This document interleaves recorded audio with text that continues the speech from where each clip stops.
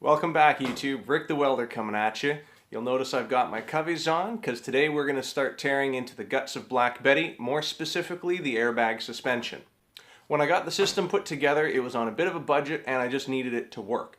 Now, this is not my first lowrider, but definitely my first airbag suspension vehicle, so I'm a little new and learning as I go along. The only complaint that I've got with the system is it moves way too quickly. Now, fact is I don't have a hopper here. I want this to be more of a cruiser, so I don't need anything moving that quickly.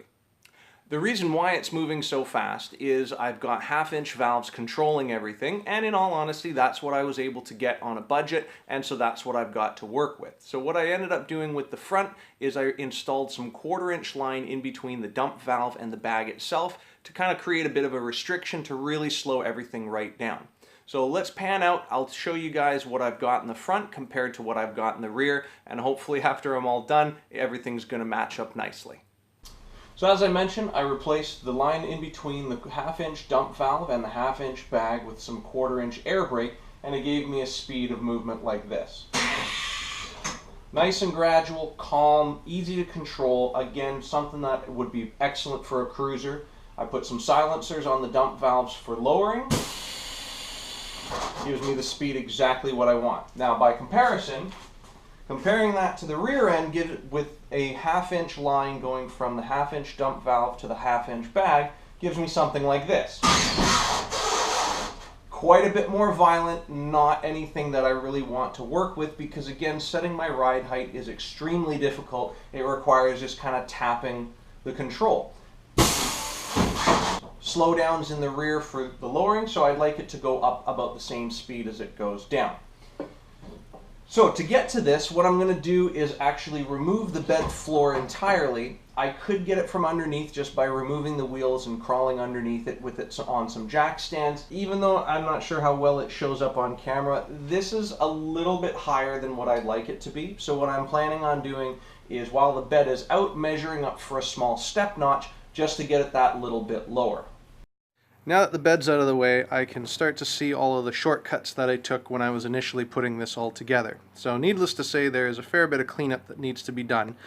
All in all, I'm not too unhappy with the way it turned out, seeing how I put this all together underneath the truck without removing the bed, because at the time it just wasn't practical. And so what I'm going to be doing tomorrow is I'm going to be taking this down to the local trade school, and the first thing that I'm going to be doing is I've got to change the angle of the top two links, right? As you can see, it's contacting the drive shaft.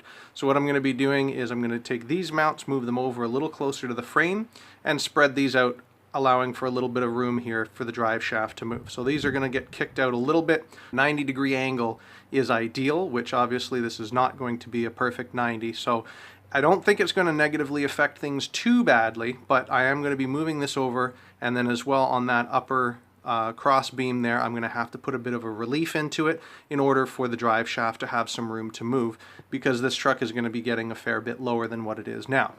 Further to that, I'm going to start mapping out and getting a template going for the step notch that's going to be going and taking the place of that C notch. Again, you know, done in haste. There's a couple of things like this area here is not really welded that properly. All of that's going to get cleaned up. And so this is going to look nice and sparkly new by the time I'm finished with it. Alright, so down at the local trade school, I've got some material ready to go to make the new perches for the upper links on the forelink. And what I've got is some 1/4-inch plate steel that I'm going to be doing a rough cut, like a leaf spring mount, in order to get the upper links welded in. Very much like the stereo, this is not something that I do every day, so fabricators, if you guys are watching, feel free to chime in if I'm doing something wrong or if there's a better way to do it. Put a comment down below and I'd love to hear from you. So essentially what I've got here is a couple of plates that are going to have the tabs that are going to hold the upper link, and some side plates that I've contoured in order to fit around the axle tube. What I did is I got a set of calipers and made a cardboard template to match, and just did a rough cut with an oxy fuel torch, and then I'm going to take it and clean it up with a grinding stone and have it all nice and smooth before I weld it up together.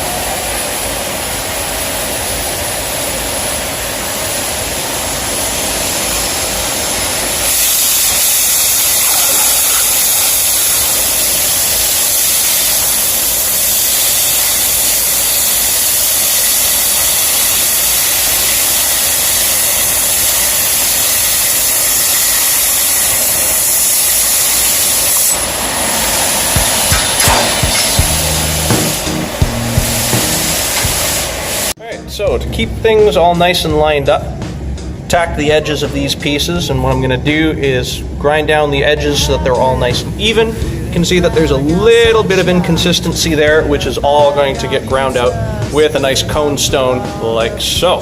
Okay, so I'm going to grind that up, throw it on the belt sander to clean it all up once I'm done, and let's take a look at final product before it's welded. Finally, someone let me out of my cage. Now, time for me is nothing cause I'm counting no age. Nah, I couldn't be there. Nah, you shouldn't be scared. I'm good at repairs and I'm under each snare. Intangible, bet you didn't think, so I command you to. Panoramic view, look, I'll make it all manageable. Pick and choose, sit and lose, all you different crews. Chicks and dudes who you think is really kicking tunes. Picture you getting down in a picture tube, like you lit the fuse. You think it's fictional, mystical, maybe spiritual hero who appears in you to clear your view when you're too crazy. Lifeless to those, the definition for what life is. Priceless to you because I put you on the hype shit. You like it? Gun smoke, you're righteous with one toke. You're psychic among no possess you with one go. I'm feeling glad I got sunshine in a bag. I'm useless, but not for long. The future is coming on, it's coming on, it's coming on. You guys will see behind me here, there's the Scotchman ironworking machine, which is an absolutely fantastic machine. It has a built-in shear and punch attachment. It is so cool because you can shear off the metal to size and then you can fit it into that, and it's got a variety of different punch sizes. It saves a whole heap of time so you don't have to sit there with a drill or a drill press. It'll just punch those holes as many as you need them as quick as you can feed it in there. So let's take a look. I've cut the pieces to size to hold the upper links onto the plates that I've made. Let's punch some holes and get this started to get bolted up. What I've done is I've bolted all 4 pieces together, and instead of an oxy-fuel torch like the last pieces, I'm going to use a plasma cutter because it'll be able to blast through all 4 pieces with no issue, and it's just a lot quicker and a lot cleaner, which will result in less grinding. I'm going to leave everything bolted together, take a grinder to it, smooth everything out, make sure all the pieces are the same size, and I'll be ready to tack it together and bolt it up to the upper links. Okay, so let's take a look, see what the plasma cutter looks like.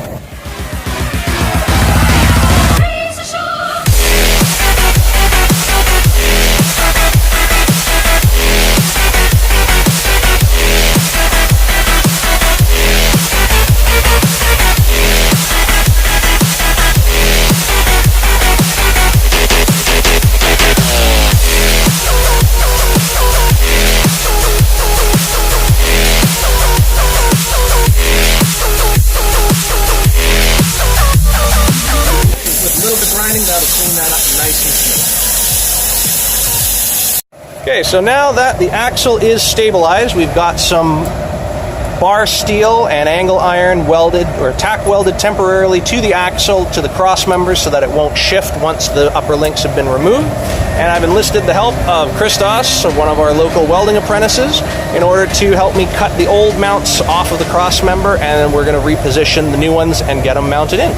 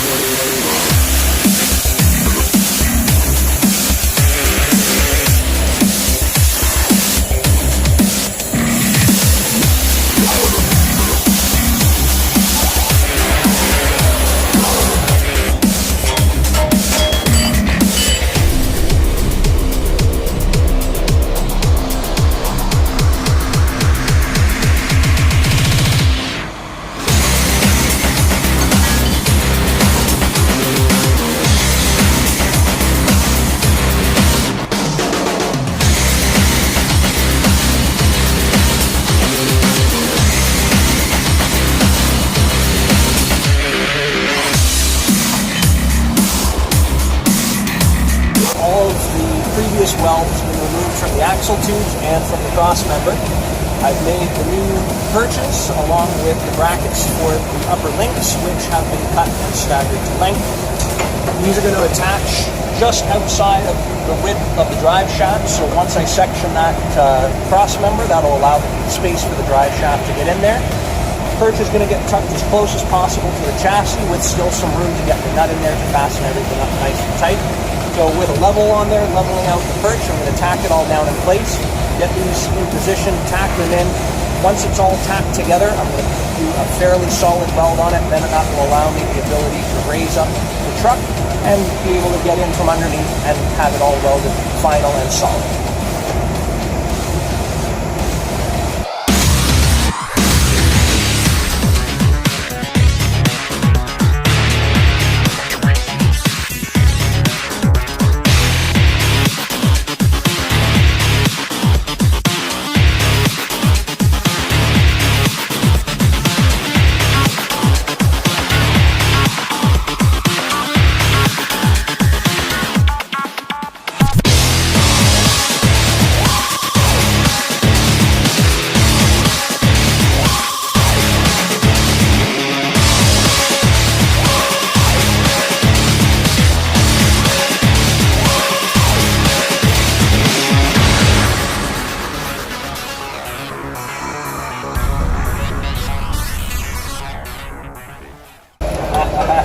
Almost did it again.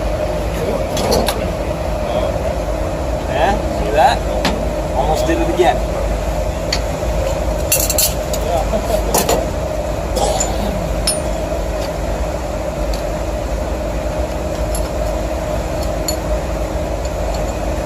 Previously on the install, I ended up doing exactly the way I did here, bolted it all together, then welded it down. The problem was, on the previous install, I ended up where the bolt head was on this side and the frame rail ended up trapping it, so as a result I had to cut the tab off and just manhandle the thing out of there. So always make sure when you're tacking stuff in, before you weld it all solid, make sure that the bolts are going in the right direction, so if ever you have to take it apart, you've got access to it and be able to slide the bolt out instead of it clashing against the frame rail, and then you're never going to get it out and cursing and swearing and so on.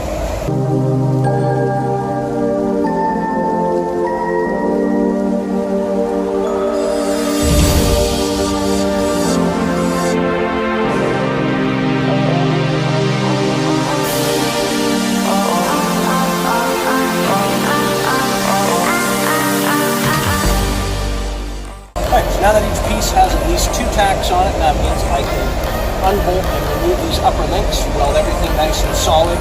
Just make sure, if this is something that you guys are going to be doing, make sure to alternate your welds from bracket to bracket and side to side. If you weld too much on one side, the bracket will warp, it'll pull out of alignment, and it will be an absolute nightmare trying to get that link back in.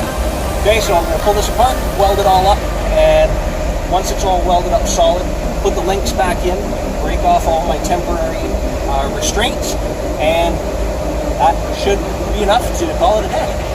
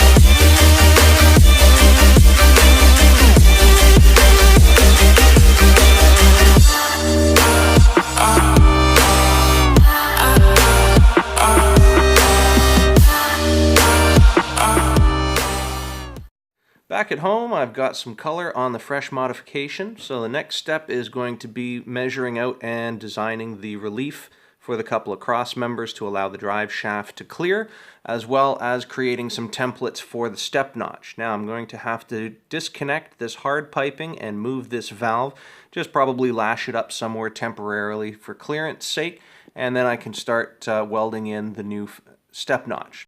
Now what I'm probably going to do is remove the box entirely for this next step, only because you can see, I think even with this board removed, it's going to be a pretty tight fit in between the bed and the actual frame rail. So I think it'll be a whole lot easier just to remove the box entirely, because it'll give me a lot more access. Well, that is it for today, guys. It has been a long one and I am beat. So as always, thanks very much for watching. Stay tuned, there's lots left to do on Black Betty, and I will see you guys real soon.